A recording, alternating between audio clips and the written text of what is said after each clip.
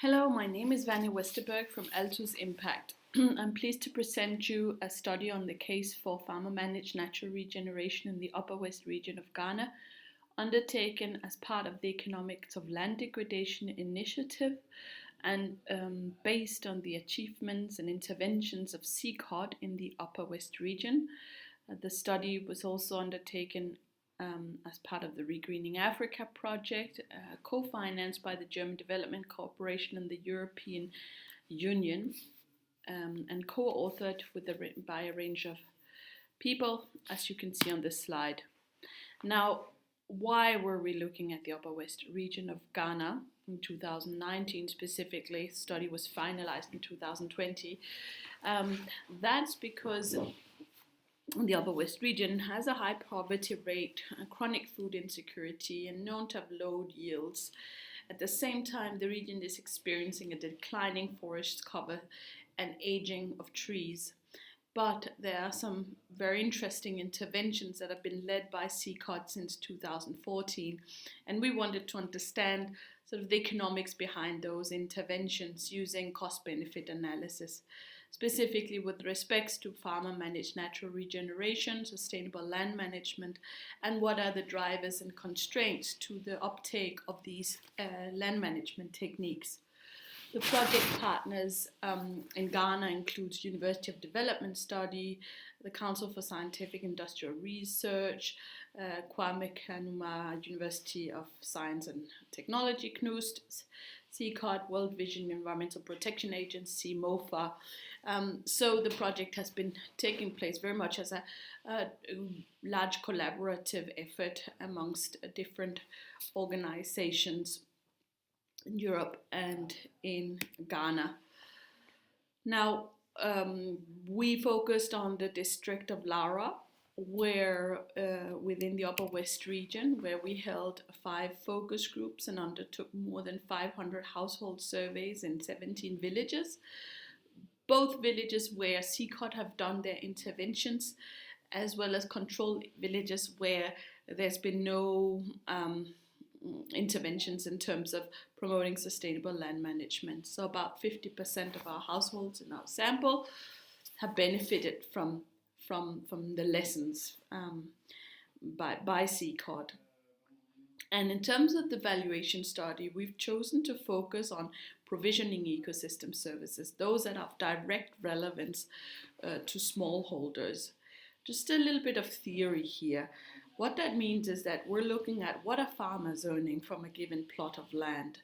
And that's a combination of what are they earning from their crops, whether they consume them at home or sold them in the markets, and from the trees that are standing on their land. So what we're looking at is basically, what's the revenue, the price times the quantity from a given plot of land, less the input cost that went into producing the crops. For the forest income, we looked at what's the total produce coming from the trees, and also accounting for, of course, investment costs into FMNR. And total income is therefore the combination of forest and crop income. And we can then say the net benefit or net income from moving from a conventional farming system to a system with farmer-managed natural regeneration is the difference between the two. What a conventional farmer gets, what an FMNR farmer gets, less that which he would get if he was doing conventional farming. And we're taking a 20-year time horizon because, as we know, there are some investment costs, and with and trees, as trees start to grow, they're yielding returns over time. So it's important not just to look at 1 year, but look at a larger time frame. And when we're looking at a larger time frame, we also need to account for the fact that anything that occurs in the future has a lower value today. So we use a 5% discount rate to reflect this opportunity cost of capital. Anything that could be invested today in FMNR can also be invested in a bank account, for example. This 5% discount rate reflects the fact that part of the funding for FMNR is provided by grants, and part of it is coming from own savings and loans. This is in similar order of magnitude to the discount rates used for the appraisal of land use projects by the World Bank and the African Development Bank, which is in order of 7 to 10%. Now, in terms of the results, first and foremost, we could conclude that farmers are combining various numbers of crops in different proportions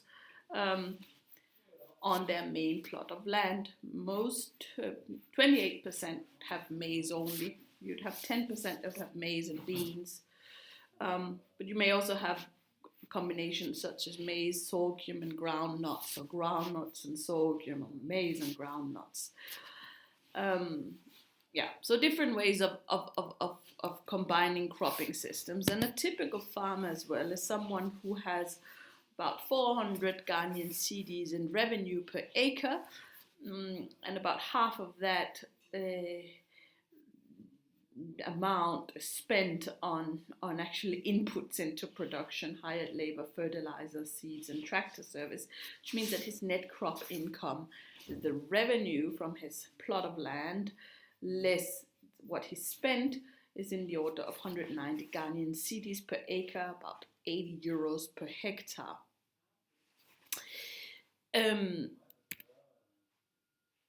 But this is an average farmer, and we see that there's a large distribution of net crop incomes amongst the sample that we have.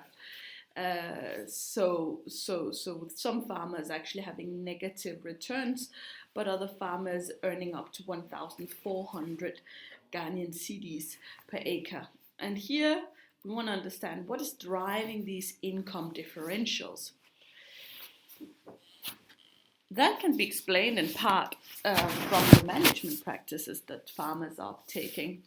And as we see, farmers are using a range of different sustainable land management practices, using anything from earth bunding to tide ridges to crop rotations to intercropping with leguminous. That's 64% of the farmers. So, for example, maize and groundnuts, or maize and beans. And of course, these practices are also influencing their returns. So one of the first things we did was just to basically make pure income comparisons for a given plot of land with respect to whether farmers are undertaking a given sustainable land management practice or not. And even here, the results are very consistent.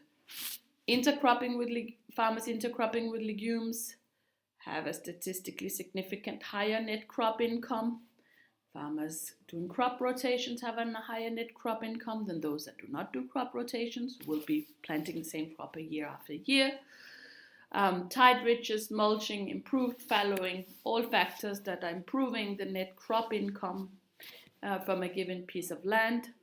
We can also see here that farmers with higher tree density, so here were at least those that have at least 8 trees or more, compared to those that have 7 trees or less per acre, are earning more from their cropping system. So there's a positive synergy between the crops and the trees. But when you combine high tree crop density with pruning, so as to allow for more sunlight and have more biomass for composting, then you have a much more significant difference in terms of net crop income. This pruning is sort of underlying as well the principles of FMNR in allowing to stimulate the growth of the trees. But this is not enough, because it doesn't really tell us these kind of basic income comparison, what is really driving productivity, because farmers are also doing other things, applying different levels of fertilizers, different levels of farm labor, different levels of tractor services, etc. So what we did was doing what's called a crop regression analysis, where we are looking at what is driving crop productivity, and then we're controlling for all of those activities that farmers are undertaking. And we found a highly significant statistical regression explaining think it was about 35% of the variation amongst farmers.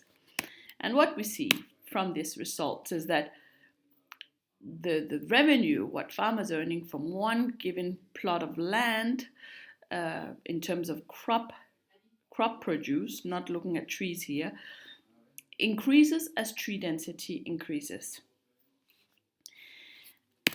As tree density increases, or for any given number of trees, as farmers also then start intercropping cereal with legumes, then they will experience a higher crop revenue or higher productivity for any given number of trees.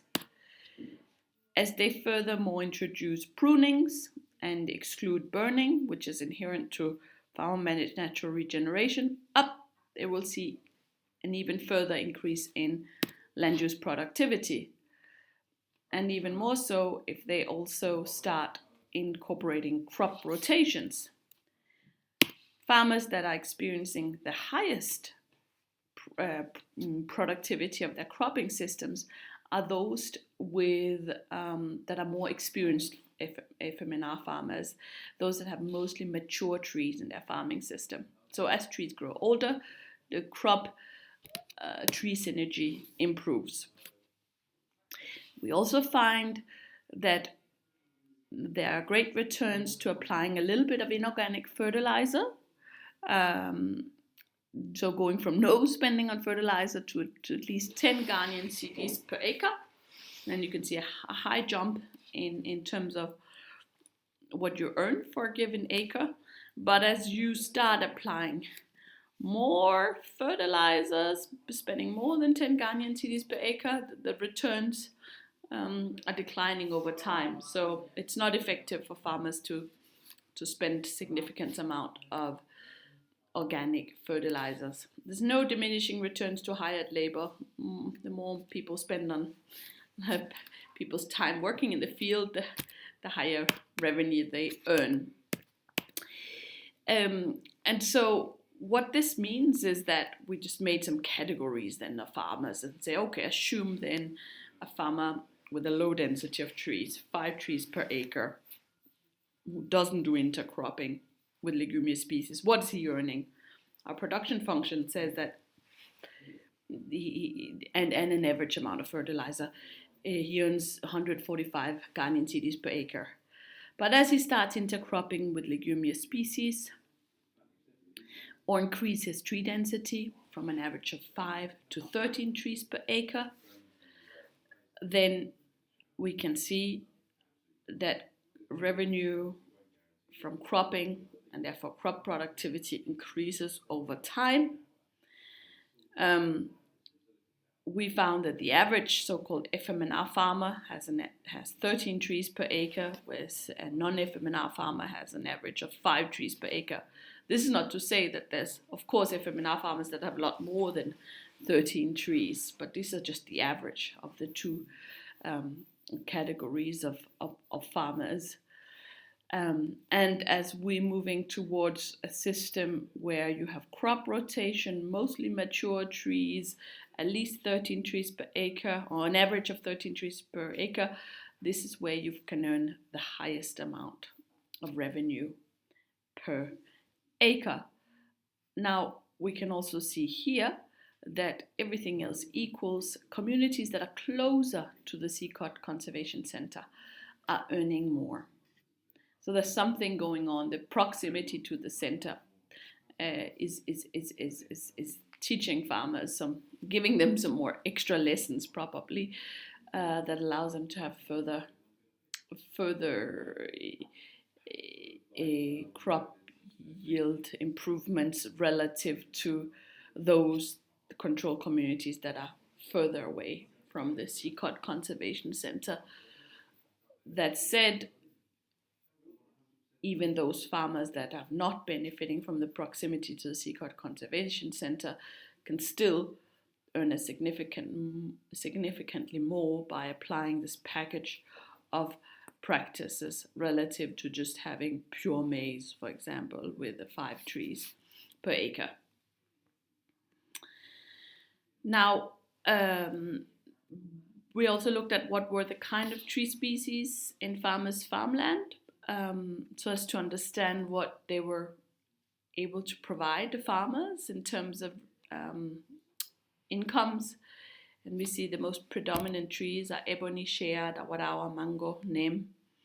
And we looked at these first 5 trees and accounted for their production values of fruits and nuts and fuel wood by undertaking expert interviews with extension services, focus groups, and talking with CCOT as well. That then allows us to understand at different moments in time how much fruit is provided by a dawa tree, at what age, and the price at which the fruits or the pods are selling. And some trees, such as mango, for example, start to yield, provide produce quicker than other trees, such as shea, where it takes about 15 years before you can start harvesting nuts from them. Fuel wood, however, is something you can obtain very early on in an FMNR system as the trees start to regenerate just by undertaking prunings and thinnings.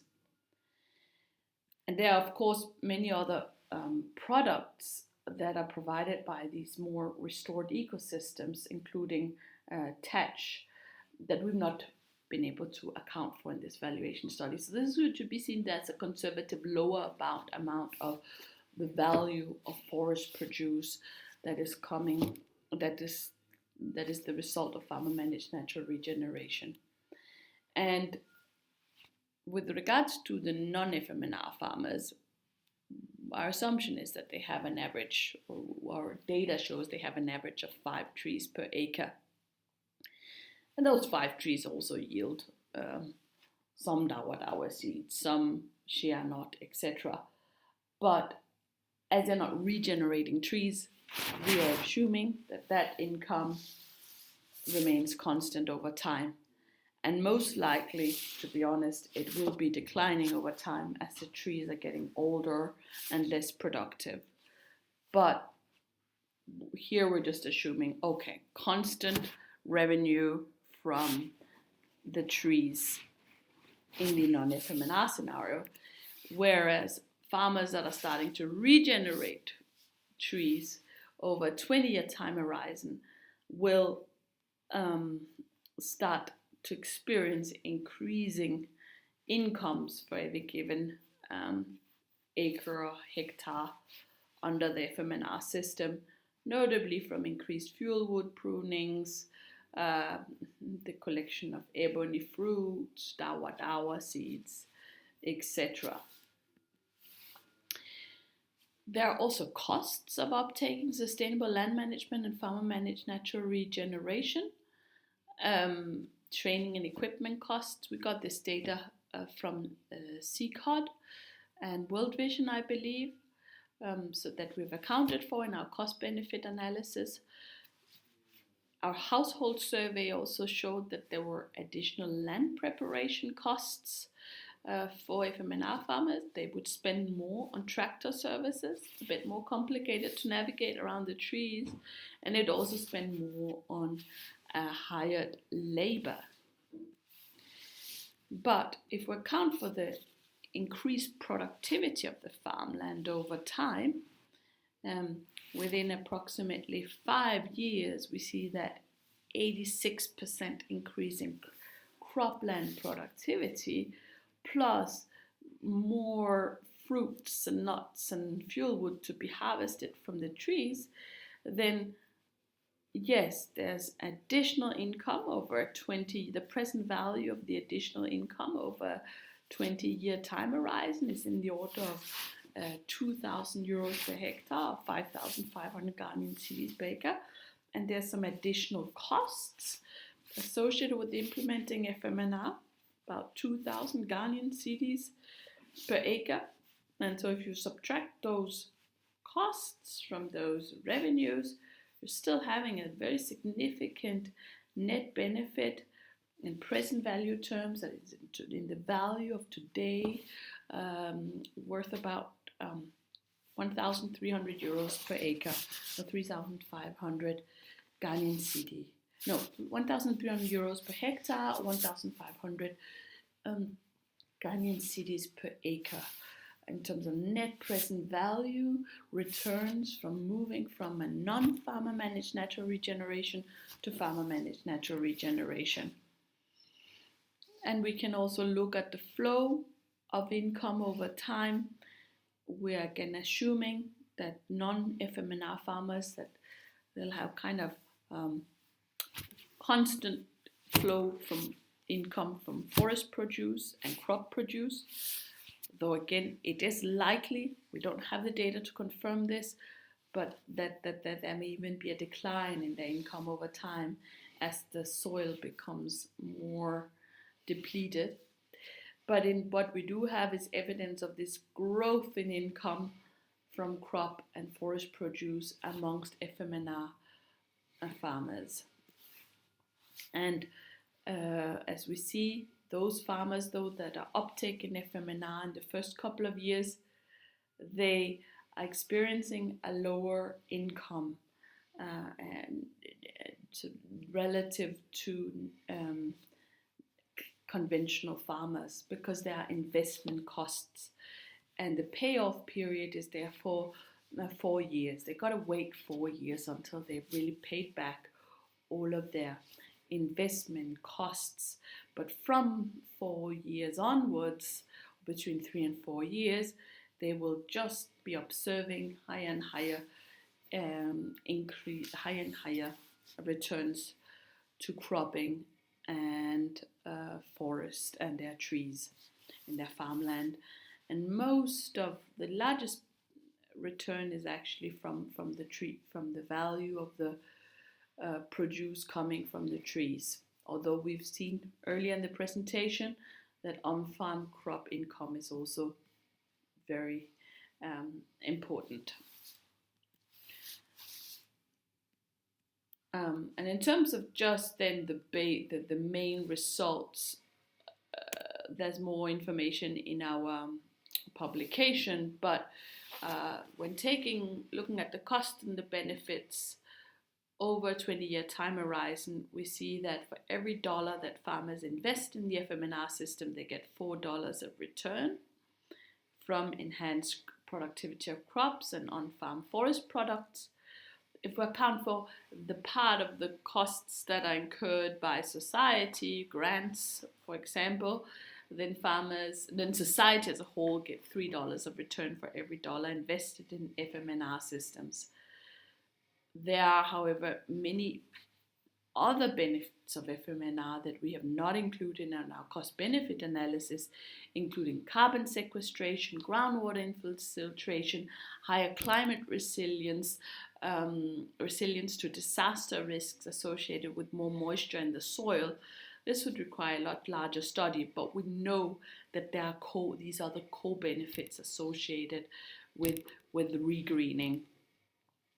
And then we have enhanced resilience amongst farmers, in that not only are they increasing their income over time, but they're also diversifying their income sources.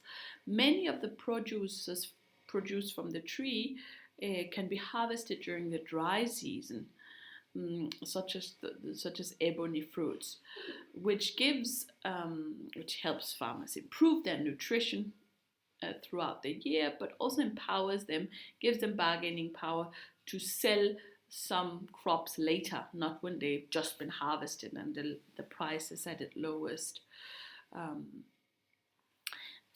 But of course, as with any new technology, there are challenges, and those challenges relates to changing habits, and we have seen that there's resistance in some communities that do not want to, that hang on to burning, undertaking slash and burn. And burning is a practice that severely hinders the natural regeneration of trees. And overall, farmers on a 20-year time horizon, on average, can expect a net income increase of 280 280 Ghanaian cedis per acre of farmland managed, which is significant. We also test our results using different discount rates and see that even farmers' own personal discount rates, farmers very much value the present as opposed to the future because they have some imminent needs that need to be met today. But even with a very high discount rate, farmers are still better off investing into FMNR systems. There's an internal rate of return about 33% from FMNR systems. And as mentioned, there are other co-benefits on the ecosystem service side. The fact that you have more carbon sequestration. We know that about 50% of the forest mass is actually carbon.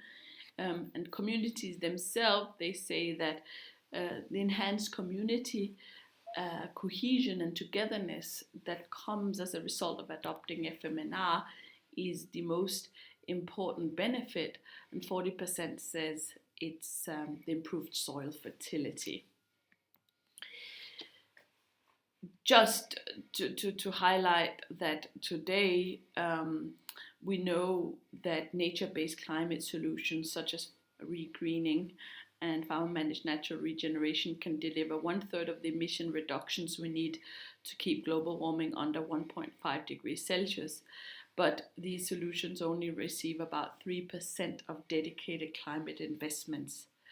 So there's a real case for channeling more finance into these systems that are improving farmers' livelihoods and resilience.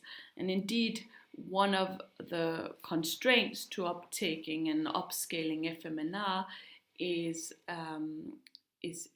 limited access to rural finance. What we've also seen is that as it is today, extension service providers and agricultural colleges do not have FMNR in their curriculum.